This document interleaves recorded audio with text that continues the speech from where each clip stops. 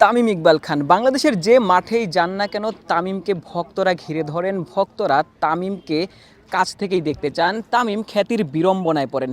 এবারে ডিপিএলে তামিম বিকেএসপিতে খেলতে এসেছেন শুরুর দুইটা ম্যাচে, যদিও তামিম ইকবাল রান করতে পারেননি, তবে আজকের ম্যাচে অবিশ্বাস্য একটা ইনিংস খেলেছেন, দুর্দান্ত একটা ইনিংস খেলেছেন। 112 বলে 125 রানের যে ইনিংসটা খেলেছেন, তিনি সেই ইনিংসে মোহামেডানকে জয় তুলে দিয়েছেন। Captain leading from the front. Tamim Iqbal অপরাজিত থেকে সেঞ্চুরি করে প্লেয়ার অফ দ্য ম্যাচের ক্রেস্টটা হাতে নিয়েই মাঠ ছেড়েছেন। তামিম ইকবাল এই পারফরমেন্স দিয়ে আসলে ভক্তদের হৃদয় জিতে নিয়েছেন।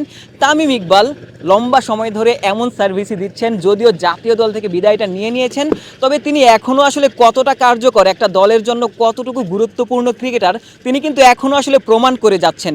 ডিপিএলের ম্যাচ চলছে, যিনি আসলে বিকেএসপিতে আরও একটা ঝকঝকে ইনিংস খেললেন, লিস্টে ক্যারিয়ারে আরও একটা সেঞ্চুরি। এই তামিম কবে থামবেন? তামিম দর্শকদের জন্য আসলে খেলে যেতে চাইবেন, বিপিএল খেলে যেতে চাইবেন, হয়তো আগামী মৌসুমে বিপিএলও খেলতে চাইবেন। তামিম ইকবাল এখনও ভক্তদের হৃদয়ের স্পন্দন হয়ে বেঁচে থাকবেন। আশিক সারোয়ার, নিউজ 24।